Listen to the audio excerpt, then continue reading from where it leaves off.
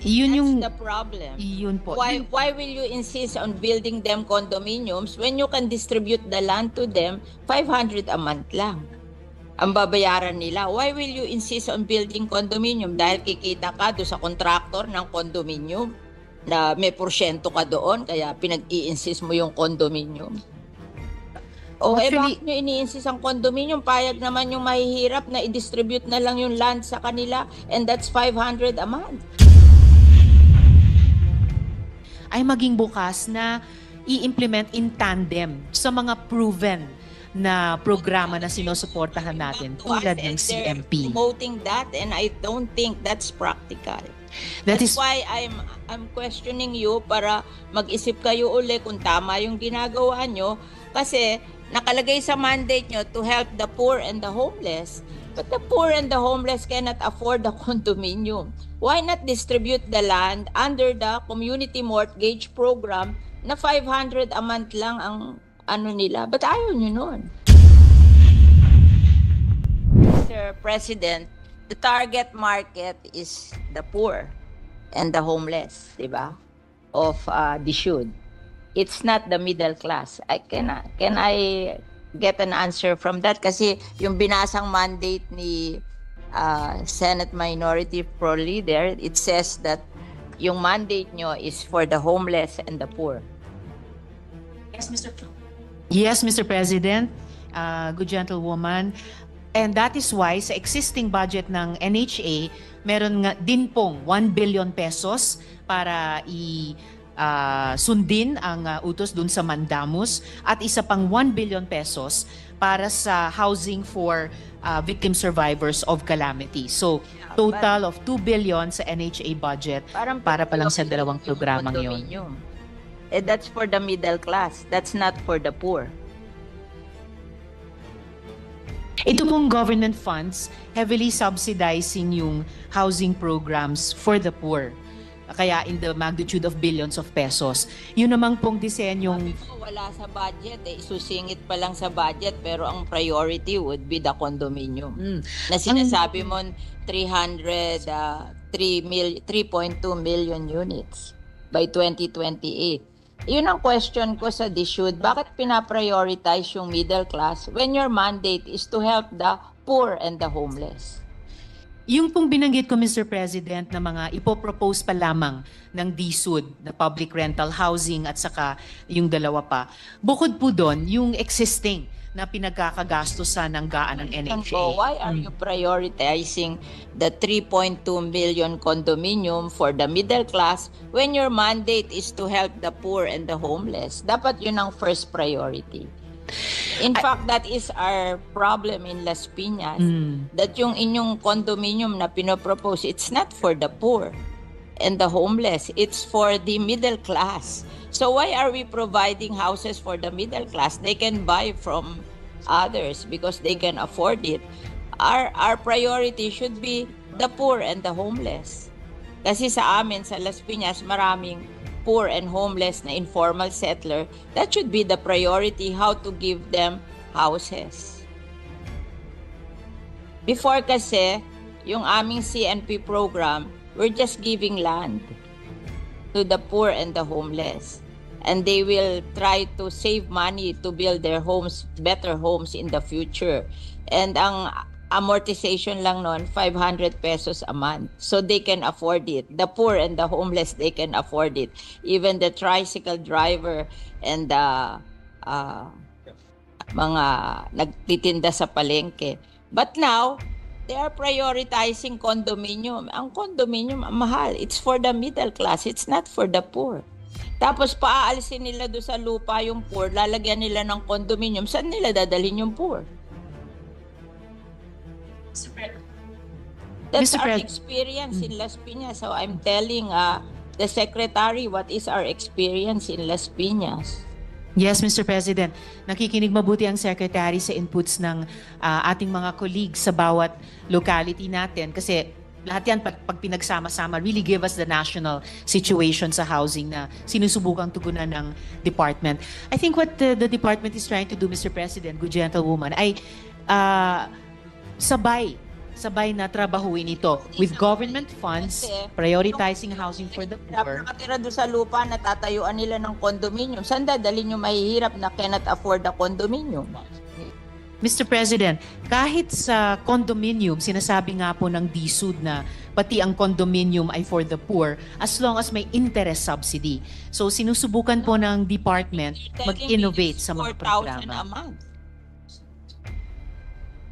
Hindi daw po, Mr. President, but I'll get the updated figure on Yun that. ang pinopromote nila, 4,000 a month.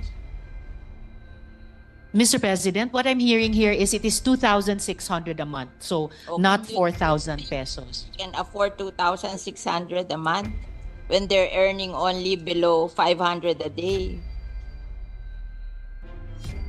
Kasi ang kino-question ko is yung model na condominium. Mahal ang condominium eh. So, it's not for the poor and the homeless.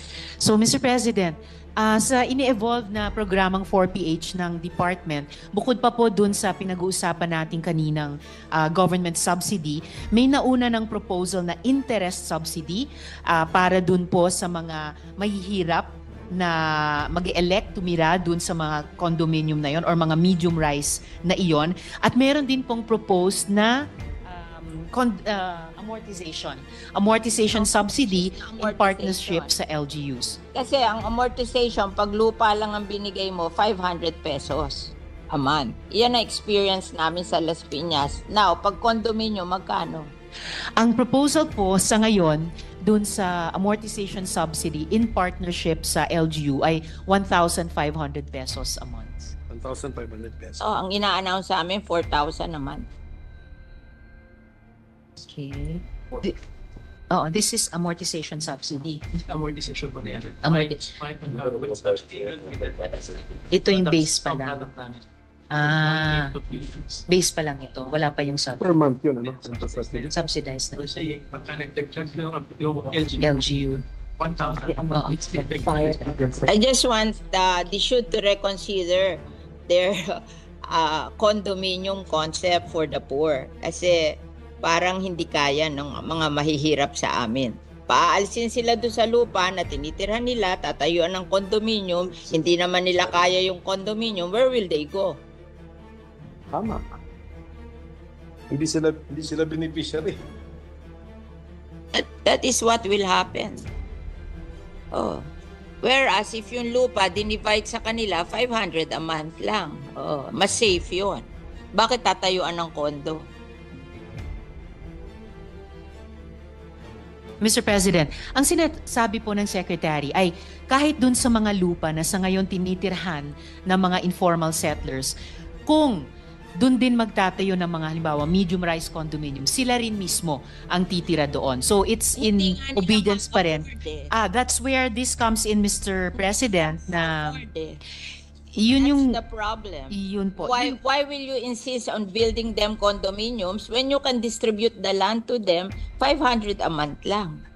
Ang babayaran nila. Why will you insist on building condominium? Dahil kikita ka doon sa contractor ng condominium na may porsyento ka doon kaya pinag-i-insist mo yung condominium.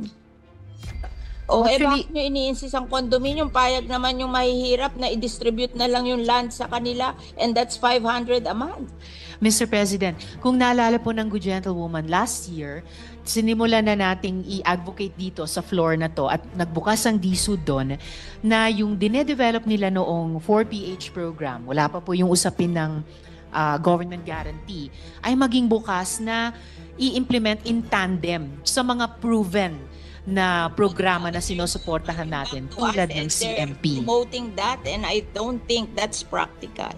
That's why I'm questioning you para mag-isip kayo uli kung tama yung ginagawa nyo kasi nakalagay sa mandate nyo to help the poor and the homeless.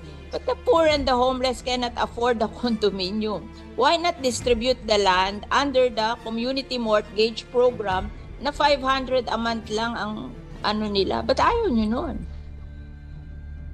Katulad namin, itong inyong NHA, ay some of the people na homeless sa amin along the River Drive na hindi naman pwedeng ibigay sa kanila yung easement ng ilog. They are being relocated to Naik. ang ano doon, no down payment, 700 ang hulog, townhouse. O, mas better pa yon kesa magtayo ka ng condominium sa Las Piñas, tapos hindi naman ma-afford ng mga tao. Saan mo dadalhin yung mga tao? O, paaalisin nyo doon sa lupa, tatayuan nyo ng kondo, saan nyo dadalhin yung hindi kayang magbayad sa kondo? O, di homeless na naman yon. Hindi ba unfair sa kanila? Pinaalis mo doon sa lupa na tinatayuan nila, tatayuan mo ng kondo, tapos ibibigay mo sa middle class, tapos yung mga mahihirap, wala na naman bahay. You have to reconsider what you're doing. I think it's wrong. Yes, Mr. President. I think sa tulong ng Senado, dito sa mga budget plenaries natin, isusulong natin yon. Hindi lang yung reconsideration, pero yung redesigning din mismo ng 4PH program. I think we have done the community mortgage program Yes. in Piñas for I think 30 years. And it's very successful. We just give them the land. They don't want the condominium. They just want to have a land to build their houses on. And if they cannot build nice houses today, they'll just try to earn so that in the future they can build houses in the land. But what they want is the land. That they will not be hindi sila magigibado sa land where they are staying now, and they're willing to pay for the land. Why don't we do that? Why do we have to build condominiums on their lands which they cannot afford? Yes, Mr. President. If I may, I think napakalawak ng suporta nating mga senador sa CMP, for example. And dahil paulit-ulit natin ini-impress yun sa DSUD, kaya rin makikita po natin historically sa budget na nire-request nila sa GAA, ang lakas po ng hinihinging suporta para sana halimbawa sa CMP. Pero kakaunti lang po ang actually na naibibigay mula sa DBM hanggang sa final na GAA. Halimbawa po mula 2016, nag-propose ng funding ng, this is 1 billion, right? 1 billion pesos. Hanggang sa 2024, hiniling ang 13 billion pesos. Nagsisimula po tayo dito sa Senado ng paniniwala sa CMP, paniniwala sa GLAD program. Kaya nga't nung unang pinresenta sa atin ng DSUD yung 4PH, itong dalawang programa ang katulad ng ibinangga natin sa 4PH, precisely to say what the good gentlewoman is saying, na hindi pwedeng i-abandona natin yung mga proven successful programs tulad ng CMP para sa isang totally new program. Kailangan yung mga proven, tried and tested components tulad ng CMP, i-sustain natin, and then you can see if new ideas like the 4PH at ngayon may kasamang government guarantee ay pwedeng sama-sama tugunan yung ating housing needs. Ganon din po ang nagiging karanasan historically. If we have land there, ano po? and they can buy the land and distribute it to the poor, why will we have to build condominium which they cannot afford? Just Opo. give them the land. So it is actually up to us also now, Mr. President, kahit dun sa particular na programang sinusuportahan natin ng CMP. Nag-propose po itong representasyon ng 500 million pesos para sa CMP, pati po sa unprogrammed funds natin sa 2025. Ang historically din po sa budget na hinihingi ng DSUD at key shelter agencies pero aktual na ibinibigay ng DBM, halimbawa sa SHAFC, historically humingi po tayo para sa kanila ng 14.8 billion pesos pero 121 million pesos lamang po ang naibigay. But we are not abandoning kahit alin sa mga Gagamitin mo sa condominium kung yung lang land lang na murang-mura hindi mo magawa. Anong model yun sa condominium? yes. You will say that it will be financed by the private sector. Yes, Madam Hindi Mr. naman gagamitin President. din ng government yan. Di parang government din ang gumasta dyan.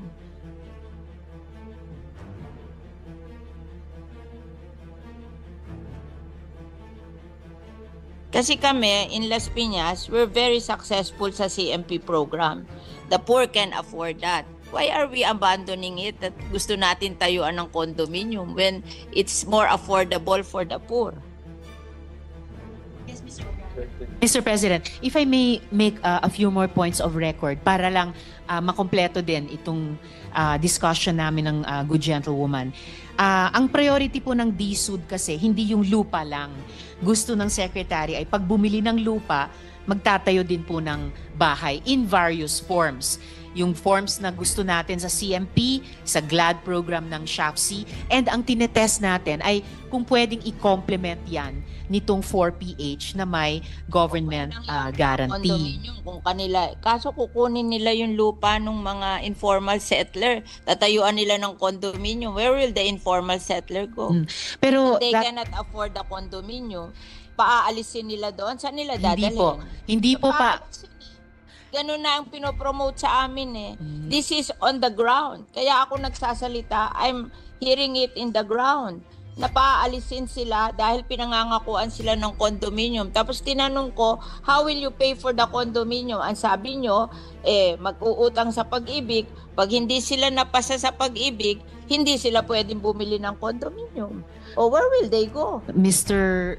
Secretary, may problema po tayo sa Las Piñas kasi what I'm trying to show here is pag kinumbine po natin yung mga tried and tested na housing programs natin tulad ng CMP, tulad ng GLAD, plus itong 4PH na isinusulong natin with government guarantee, masasagot yung housing backlog natin, pati sa mahihirap, pati particular sa Las Piñas. So, paano po natin tutugunan yung problema? They cannot afford the condominium. I'm telling you.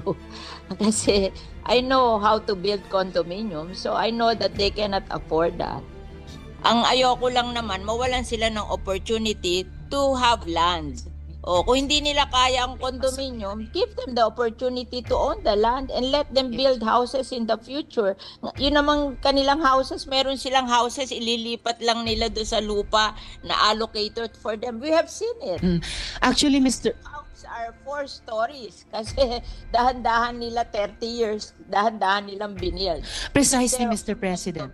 Yes, Mr. President. Yung sinasabi po ng gentlewoman, yun po yung pinupuntahan ko, na given yung best practice natin sa CMP, yung best practices ng ibang mga informal settler community sa GLAD, na pwedeng mag-combine yon dun sa components ng 4PH, na ito nga, gaya ng sinabi nyo, over time, naging 4-story. So, yun po ay consistent dun sa mid-rise na condominium na sinasabi na I hear the good gentlewoman, Mr. President. 500 pesos for the land.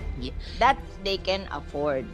O later on, magsisave sila. Pag lumaki ang anak nila, nakakasave sila, then slowly they build their homes there on the land. But ang sinasabi ko, don't deprive them of the land because you want to build condominium. Yes, Mr. President. For the condominium. Opo, gaya ng nabanggit ko po kanina sa Good Gentlewoman, ang konsepto po ng department sa 4PH and with government guarantee ay yung mismong informal settlers na nandun sa isang lupa. Sila ko qualify eh. Kasi wala silang income na gano'n that can afford to pay for the amortization of the condominium. Let's be practical. They cannot afford that. Mga ano lang yan tricycle driver. Mga nagtitinda sa palengke. Hindi naman everyday continuous ang income nila. Wala naman magsa-certify sa income nila, napapasa sa Pag-ibig. Alam kung mag-process sa Pag-ibig, there should be a certification of your income. Who will certify for the tricycle driver and the nagtitinda sa palengke? Mr. President. Kami rin, nagpo-process kami sa Pag-ibig. Kami nga, nagda-down pa sa amin ng ang laki-laki, bumabagsak pa rin sa Pag-ibig. Nire-refund namin yung down payment kasi they cannot qualify. Mr. President, kahit sa 4PH na may government guarantee, may nakikitang importanteng papel ang Pag-ibig. But to get back to the important concern ng Good Gentlewoman, meron na po tayong proof of concept with informal settlers sa Bacolod. Tama po? Sa Bacolod. So, I hear what the Good Gentlewoman is saying, yung problema sa Las Piñas. When there are no homeless or poor people there. Here in Las Piñas, they will remove the homeless and the poor people to build the condominium. Where will the poor and the homeless go? Yung mandate nyo is for the homeless and the poor. Yes, Mr. President, Good Gentlewoman.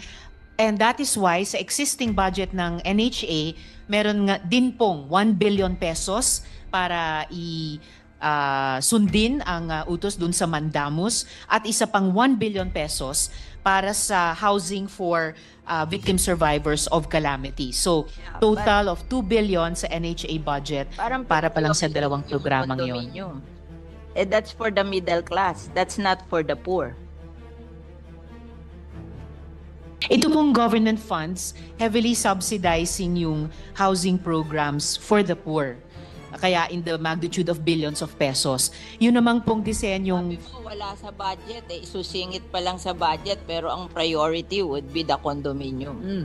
Na sinasabi mo 3.2 million units by 2028. Yun ang question ko sa DSUD. Bakit pinaprioritize yung middle class when your mandate is to help the poor and the homeless? Yung pong binanggit ko, Mr. President, na mga ipopropose pa lamang ng DSUD na public rental housing at saka yung dalawa pa. Bukod po doon, yung existing na pinagkakagastusan ng gaan ng NHA. Why are you prioritizing the 3.2 million condominium for the middle class when your mandate is to help the poor and the homeless? Dapat yun ang first priority. In fact, that is our problem in Las Piñas. That yung inyong condominium na pinopropose, it's not for the poor and the homeless. It's for the middle class. So why are we providing houses for the middle class? They can buy from others because they can afford it. Our priority should be the poor and the homeless. Kasi sa amin, sa Las Piñas, maraming poor and homeless na informal settler. That should be the priority, how to give them houses. Before kasi, yung aming CNP program, we're just giving land to the poor and the homeless. And they will try to save money to build their homes, better homes in the future. And ang amortization lang nun, 500 pesos a month. So they can afford it. The poor and the homeless, they can afford it. Even the tricycle driver and the mga nagtitinda sa palengke. But now, they are prioritizing condominium. Ang condominium, mahal. It's for the middle class. It's not for the poor. Tapos paaalisin nila doon sa lupa yung poor, lalagyan nila ng condominium. Saan nila dadalhin yung poor? That's our experience in Las Piñas. So I'm telling the Secretary what is our experience in Las Piñas. Yes, Mr. President. Nakikinig mabuti ang Secretary sa inputs ng ating mga colleagues sa bawat locality natin kasi lahat yan pag pinagsama-sama really give us the national situation sa housing na sinusubukang tugunan ng department. I think what the department is trying to do, Mr. President, good gentlewoman, ay sabay na trabahuin ito with government funds, prioritizing housing for the poor. Nakatira doon sa lupa, natatayuan nila ng condominium. Saan dadalhin yung mahihirap na cannot afford the condominium? Mr. President, kahit sa condominium, sinasabi nga po ng DSUD na pati ang condominium ay for the poor as long as may interest subsidy.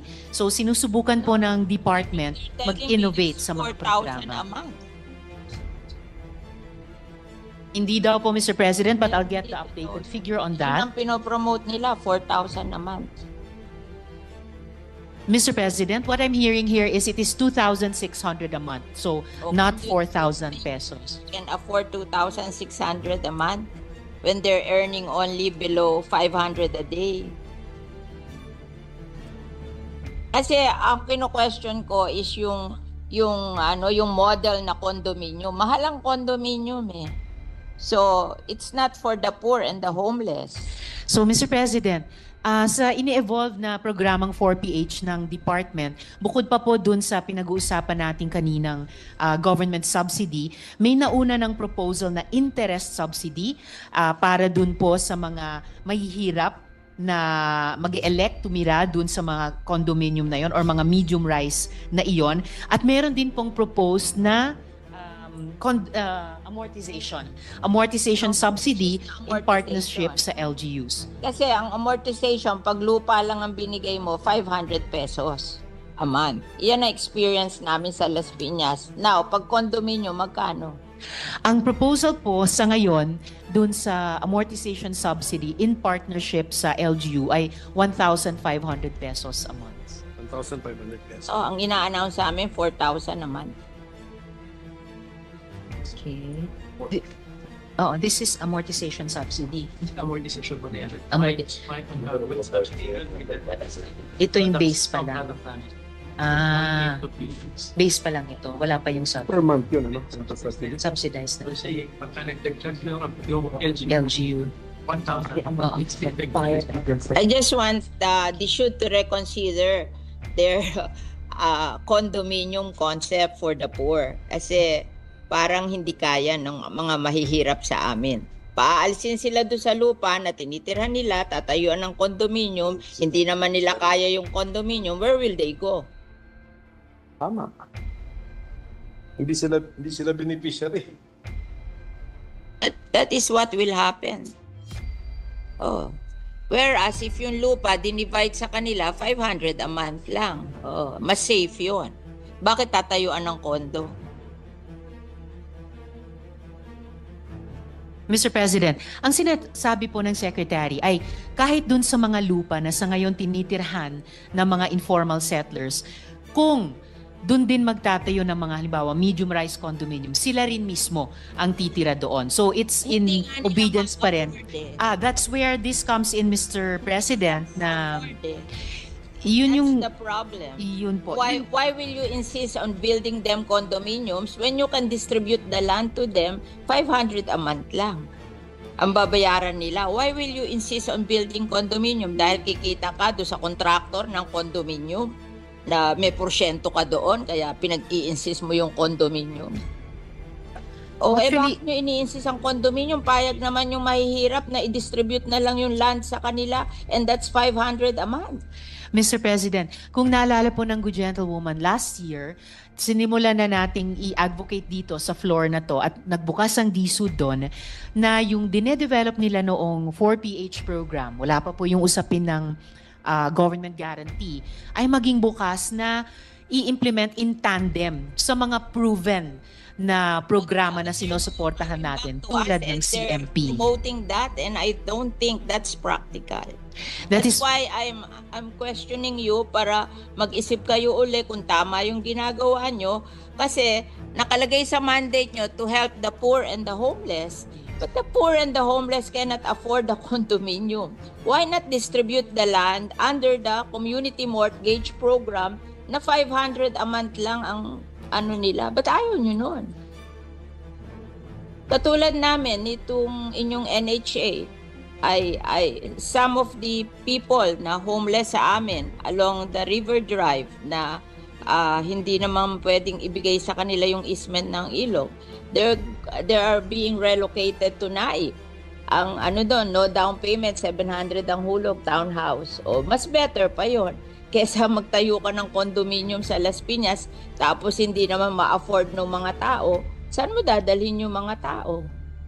O paaalisin nyo doon sa lupa, tatayuan nyo ng kondo, saan nyo dadalhin yung hindi kayang magbayad sa kondo? O, di homeless na naman yon. Hindi ba unfair sa kanila? Pinaalis mo doon sa lupa na tinatayuan nila, tatayuan mo ng kondo, tapos ibibigay mo sa middle class, tapos yung mga mahihirap, wala na naman bahay. You have to reconsider what you're doing. I think it's wrong. Yes, Mr. President. I think sa tulong ng Senado, dito sa mga budget plenaries natin, isusulong natin yon. Hindi lang yung reconsideration, pero yung redesigning din mismo ng 4PH program. I think we have done the community mortgage program in Piñas for I think 30 years. And it's very successful. We just give them the land. They don't want the condominium. They just want to have a land to build their houses on. And if they cannot build nice houses today, they'll just try to earn so that in the future they can build houses in the land. But what they want is the land. That they will not be hindi sila magigibado sa land where they are staying now, and they're willing to pay for the land. Why don't we do that? Why do we have to build condominiums on their lands which they cannot afford? Yes, Mr. President. If I may, I think napakalawak ng suporta nating mga senador sa CMP, for example. And dahil paulit-ulit natin ini-impress yun sa DSUD, kaya rin makikita po natin historically sa budget na nire-request nila sa GAA, ang lakas po ng hinihinging suporta para sana halimbawa sa CMP. Pero kakaunti lang po ang actually na naibibigay mula sa DBM hanggang sa final na GAA. Halimbawa po mula 2016, nag-propose ng funding ng, this is 1 billion, right?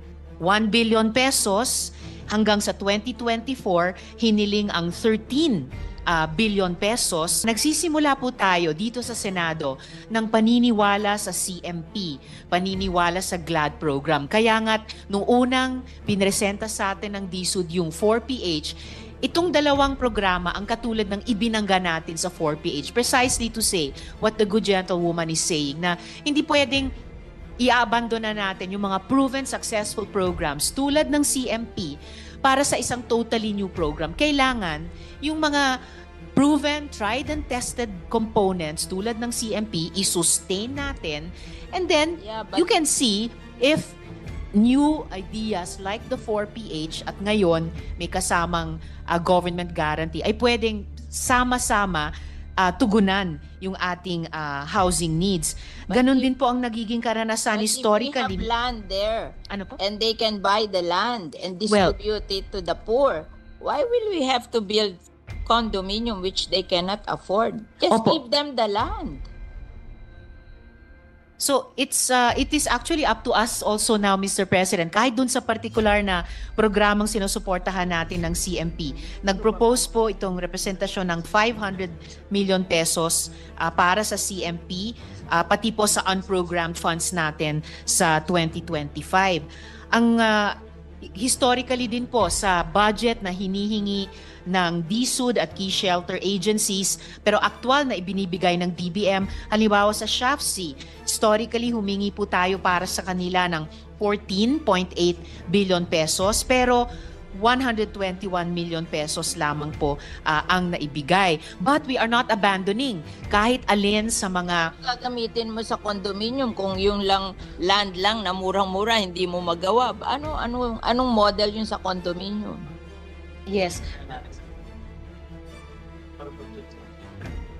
You will say that it will be financed by the private sector. Yes, Madam Mr. Gagamit President. din ng government yan. Di parang government din ang gumasta dyan.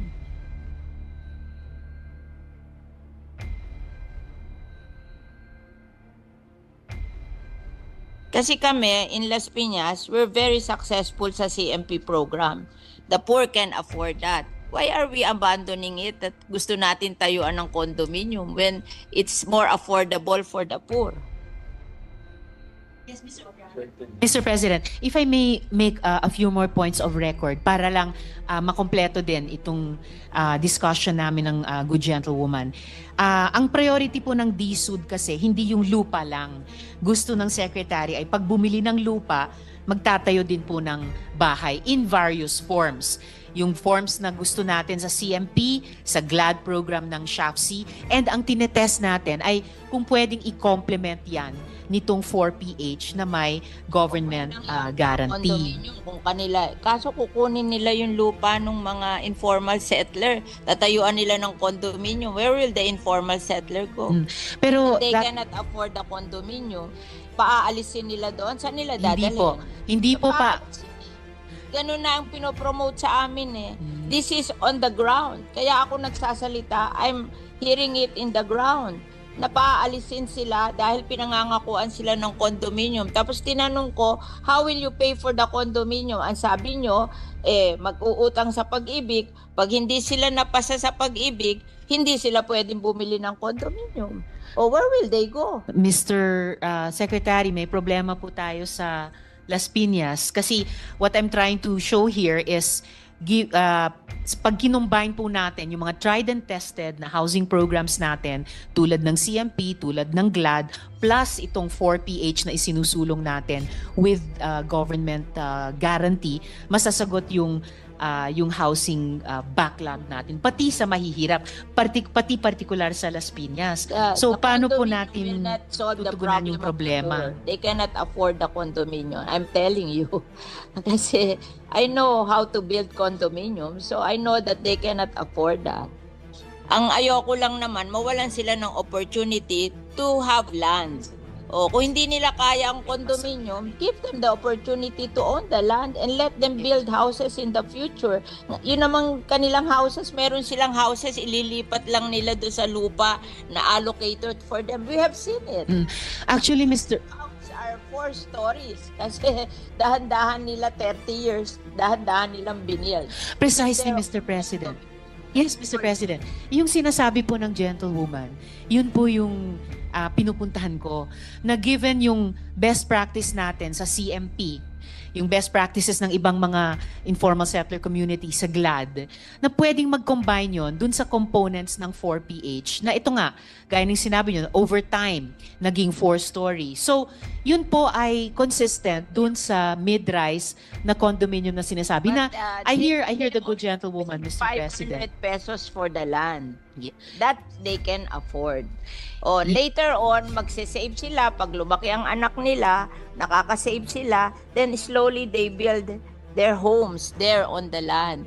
But ang sinasabi ko, don't deprive them of the land because you want to build condominium. Yes, Mr. President. For the condominium. Opo, gaya ng nabanggit ko po kanina sa Good Gentlewoman, ang konsepto po ng department sa 4PH and with government guarantee ay yung mismong informal settlers na nandun sa isang lupa. Sila ko qualify eh.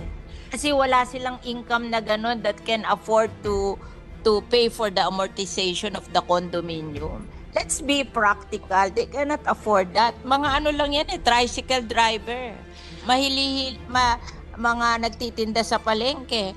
Hindi naman everyday continuous ang income nila. Wala naman magsa-certify sa income nila, napapasa sa pag-ibig. Alam kung mag-process sa pag-ibig, there should be a certification of your income. Who will certify for the tricycle driver and the nagtitinda sa palengke? Mr. President. Kami rin, nagpo-process kami sa pag-ibig. Kami nga, nagda-down pa sa amin ng ang laki-laki, bumabagsak pa rin sa pag-ibig. Nire-refund namin yung down payment kasi they cannot qualify. Mr. President, kahit sa 4PH na may government guarantee, may nakikitang importanteng papel ang pag-ibig. But to get back to the important concern ng Good Gentlewoman, meron na po tayong proof of concept with informal settlers sa Bacolod. Tama po? Sa Bacolod.